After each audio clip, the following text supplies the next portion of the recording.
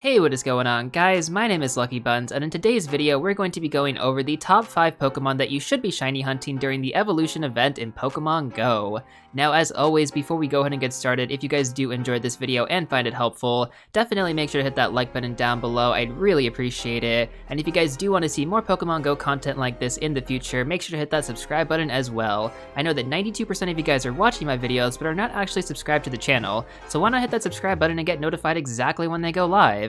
Anyways though, let's go ahead and get started with the video. Now the first thing that I would like to go over in this video is how exactly I'm getting a hold of this information, and is it actually accurate? So yes, this information is actually very much accurate, and I'm basically getting this from the local Pokemon Go mapping service out here. On top of, scanning for raids, quests, rocket stops, Pokemon spawns, etc., it actually runs a shiny check report, which is super cool, and it runs that every single day at the end of the day. And basically it just pulls together all of the Pokemon that it saw, how many shinies it encountered from that certain amount of Pokemon that it saw, and it puts together the results basically in a report form. And so what I basically did is that I took all of the relevant data from that report and I put it together on an Excel sheet. That's what you guys see in front of you. Now what I've gone ahead and done is that I've separated these Pokemon into 2 separate categories based on how many are spawning in the wild. Basically, the bigger sample size, the more likely you're going to encounter this Pokemon in its shiny form. So as you guys can see on screen, we have the boosted event spawns and then we have the uncommon spawns. The boosted event spawns have about a sample size of 20,000 at least every single day, which means that the likelihood that you're going to encounter one of these Pokemon in the wild is significantly higher compared to the uncommon spawns. Now the shiny rates for these Pokemon are actually pretty similar as far as the top 5 best ones, but with the uncommon spawns, it's a lot less likely that you're going to encounter these Pokemon in the wild. But if you do, your shiny rates are pretty much going to be very similar. So let's just go ahead and look at the boosted event spawns first. There's 2 Pokemon in particular that definitely stand out compared to the others, and that is going to be Gligar and Onix. Gligar's shiny rate for this event is going to be a 1 out of 59 chance, whereas Onix is going to be a 1 out of 64 chance to encounter it in its shiny form. Now these are really good odds, guys. As you can see from the rest of the data, it's about a 1 out of 500 chance to encounter any of the other event spawns in their shiny form. So if you are going out there and you are shiny hunting, you definitely want to focus on the Gligar and the Onix, and you're more likely going to run into them in the wild, to be honest, too. That's why they are kind of the boosted spawns right there. Now as far as the uncommon spawns, you're going to have Skarmory, Scyther, Sneasel, and Diglett. Now I don't even really want to include Diglett in this list because it's about a 1 out of 218 chance to encounter it in its shiny form, and the sample size is actually pretty small. It's only about 3,000, whereas Scyther and Sneasel are about 5,000 each, actually about 5,500 each respectively. And as you can see on screen, it's pretty similar shiny rates. Sneasel's going to be a 1 out of 57 rate, Scyther's going to be a 1 out of 54 rate, and then Skarmory, while it does have the smallest sample size, it's going to be a 1 out of 42 rate to encounter that in its shiny. Now something to keep in mind with Skarmory is that because it is so rare, the sample size just isn't really that large enough to get a solid data pool. Like, I don't know how accurate the shiny rate is going to be. Now I definitely did want to include Skarmory in this list because while it does not have the biggest sample size, I do think it was a notable shiny rate compared to some of the other Pokemon that I was looking at. So if you do see a Skarmory on your nearby, I definitely recommend going after it because there's a high chance that you're going to encounter it in its shiny form. So basically just a quick summary of the top 5 Pokemon that you want to shiny hunt during this event. You want to focus on Gligar, Onix, Skarmory, Scyther, and Sneasel. Those are going to yield the best shiny rates for any Pokemon throughout this event, so if you see them on your nearby, I definitely recommend trying to find that Pokemon because you have a very high chance of encountering it in its shiny form.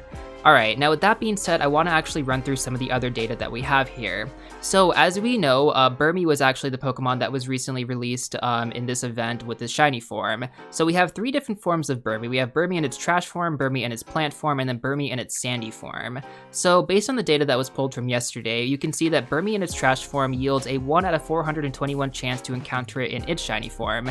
Burmy in its plant form has a 1 out of 483 chance, and then Burmy in its sandy form has a 1 out of 572 chance. So based off this data, you have a better chance of encountering Burmy in its trash form rather than any of the other Burmy forms. Definitely not the sandy form for sure, but the plant form I would say just kind of falls in the middle there.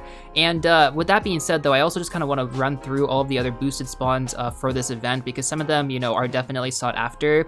So we have Apom in the number 4 spot being a 1 out of 438 chance, Oddish 1 out of 446, Snorunt 1 out of 475. We already went over Burmy in its plant form, Sunkern 1 out of 487. Then we have Horsey 1 out of 528, followed by Roselia 1 out of 538. Then we have Ralts, 1 out of 557, and Ralts actually is super boosted for this event. I have no idea why. I mean, it has literally like 41,000 spawns, and that could be a weather condition factor because it has been kind of cloudy here lately, so weather does definitely factor into the boosted spawn rates. But yeah, Ralts is like super boosted right now. Then we have Swinub, 1 out of 561. We already went over Burmese Sandy. Then we have Mischievous, 1 out of 597. And the last 3 Pokemon, while they are boosted, they actually have the lowest chance of being a shiny during this event. And that is unfortunately going to be Poliwag, 1 out of 634. Then we have Eevee, 1 out of 670. And then finally we have Magnemite, 1 out of 734. So if you're going for the shiny Poliwag or Magnemite, now might not be the best chance. But at the same time, if you do encounter any of these Pokemon in their shiny form, just know that some of them are going to be significantly harder to get than others. But it's actually really cool if you think about it, because if you have encountered a shiny Poliwag during this event, that is incredible. I mean, that's a 1 out of 634 chance, and that's pretty awesome. Same thing goes with Magnemite. It's like a 1 out of 734 chance. But on the other hand, if you've encountered like a Gligar, Onix, Scyther, Sneasel, or Skarmory, for example, those are pretty common. So it's more likely that you're going to get those shinies in the wild during this event compared to any other Pokemon that is also boosted.